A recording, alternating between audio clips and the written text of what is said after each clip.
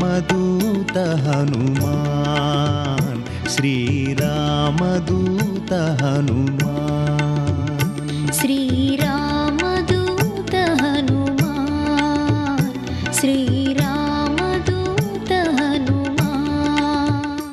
భీమ విక్రమంతో మేరుమందర శంకాచౌ భవౌదీప్తానలప్రభ, మేరు పర్వతమంత పెద్ద శరీరాన్ని పెంచి ఆ పర్వత శిఖరాన్ని పైకెత్తేశారు ఇలా చేత్తో. అది పావులతోటి, క్రూరమృగాలతోటి, గుహలతోటి, చెట్లతోటి ఉంది. ఆ పర్వత శిఖరాన్ని పైకెత్తి ఒక రాతిని విసిరినట్టుగా విసిరారు. అది వెళ్ళి ఇద్దరు రాక్షసుల మీద పడి ఇద్దరు రాక్షసుల యొక్క శరీరములు భగ్నములైపోయి కింద పడిపోయారు. అక్కడ మహర్షి ఒక మాట అంటారు, హతైర్నాగైశ్చ తురగై భగ్నాక్షైశ్చ మహోరథై హతైశ్చ రాక్షసైర్భూమి రుద్ధమార్గా సమంతతః అంటారు.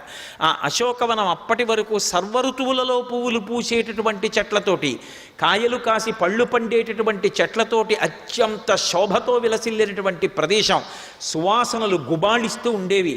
అన్ని కాలముల యందు మదించినటువంటి పక్షులు కూస్తూ ఉండేవి.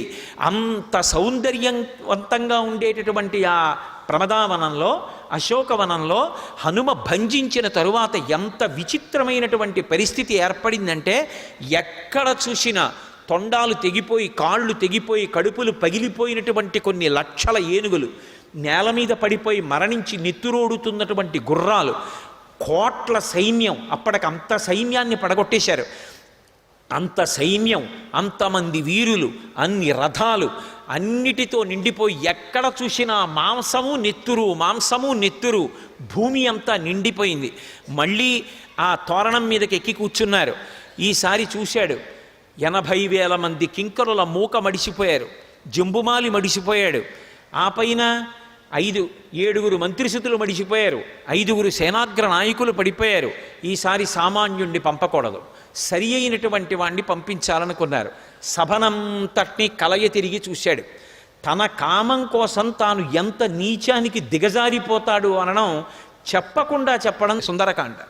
తన కుమారుడు అక్షకుమారుడి వంక చూశాడు. యజ్ఞం చేస్తున్నప్పుడు అగ్నిహోత్రం ఎలా లేస్తుందో అంత ఉత్సాహంగా లేచాడు. చాలా చిన్నపిల్లవాడు అక్షకుమారుడు. వెంటనే బంగారు కవచం కట్టుకుని ఉన్నాడు. పిల్లవాడే కానీ యుద్ధంలో సాటి లేని మహావీరుడు. నాన్నగారు నన్ను నమ్మండి, నేను ఆ హరివీరుణ్ణి తప్పకుండా పట్టుకుంటానని ప్రతిజ్ఞ చేశాడు. రథం ఎక్కి వెనక కొన్ని అక్షౌహిణీల సైన్యాన్ని తీసుకుని అశోకవనంలోకి బయలుదేరాడు.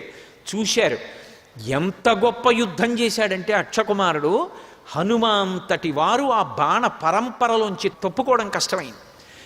ఆకాశంలోకి ఎగిరిపోయినా కూడా ఎన్ని బాణాలు ప్రయోగించాడంటే, పెద్ద శరీరంతో ఉంటే తప్పుకోవడం కుదరక బహుసూక్ష్మ శరీరంతో ఆ బాణాల మధ్య తిరిగారు. ఇక అగ్నిహోత్రం పెరుగుతూ ఉంటే చూడ్డానికి ముద్దుగా ఉందని ఉపేక్షిస్తే ఇల్లు కాల్చేస్తుంది. ముదుసలి ఇంటి దీపమని ముద్దుడు మూర్ఖుడు కాడు అంటాడు రామరాయలు. మా ఇంటి దీపం ఎంత ముద్దుగా ఉందో అని ముద్దు పెట్టుకుంటే మూతి కాలిపోతుంది. పిల్లవాడు చిన్నవాడు ఎంత బాగా యుద్ధం చేస్తున్నాడో అని ఉపేక్షిస్తే వీడు చాలా ప్రమాదం తెచ్చేట్టున్నాడు. వీడికి అలసట లేదు, యుద్ధం చేసే కొద్దీ శక్తి పుంజుకుంటున్నాడు.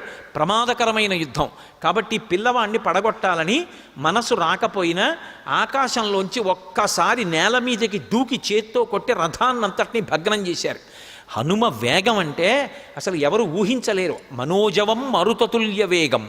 అంత వేగంతో ఆయన వచ్చి కొడితే అంత ఉడుపుగా అక్షకుమారుడు రథంలోంచి తప్పుకున్నాడు. తప్పుకుని చేతిలో చంద్రహాసం పట్టుకుని ఆకాశానికి ఎగిరిపోయాడు. ఎలా? మహాతపశక్తి సంపన్నుడైనటువంటి వ్యక్తి శరీరాన్ని పరిత్యజించి సహస్రారంలోంచి, బ్రహ్మరంధ్రంలోంచి తన యొక్క జీవుణ్ణి ఉద్గమింపచేసి ఉత్తమలోకాలకి వెళ్ళిపోయినటువంటి రీతిలో ఆయన ఒక్కసారి ఆకాశంలోకి ఎగిరాడు. చూశారు స్వామి హనుమ, ఓహో వీడు ఆకాశంలో కూడా నిలబడి యుద్ధం చేస్తాడనమాట, ఉపేక్షించకూడదని ఉత్తర క్షణం ఎంత వేగంగా కిందకొచ్చారో అంత వేగంగా పైకెళ్ళారు. పైకెళ్ళి అక్షకుమారుడి ముందుకి వెళ్లకుండా కింద నుంచే 2 కాళ్ళు పట్టుకున్నారు. దురదృష్టమో అదృష్టమో హనుమంతటి మహానుభావుడు పట్టుకున్నాడు ఆ 2 కాళ్ళు. పట్టుకుని ఆకాశంలోంచి ఒక్కసారి కిందకి ఈడ్చేశారు. ఇలా ఈడ్చేస్తూ దిగిపోయారు. మహర్షి ఒక అద్భుతమైనటువంటి యుద్ధాన్ని ఆవిష్కరించారు. అక్కడ ఏమి చేయలేదు అసలు అక్షకుమారుడితో యుద్ధాన్ని. చేతిలో 2 కాళ్ళు పట్టుకున్నారు. పట్టుకుని కొన్ని వేల మార్లు తిప్పారు ఆకాశంలో. సర్వం శ్రీ ఉమామహేశ్వర పరబ్రహ్మార్పణమస్తు. స్వస్తి.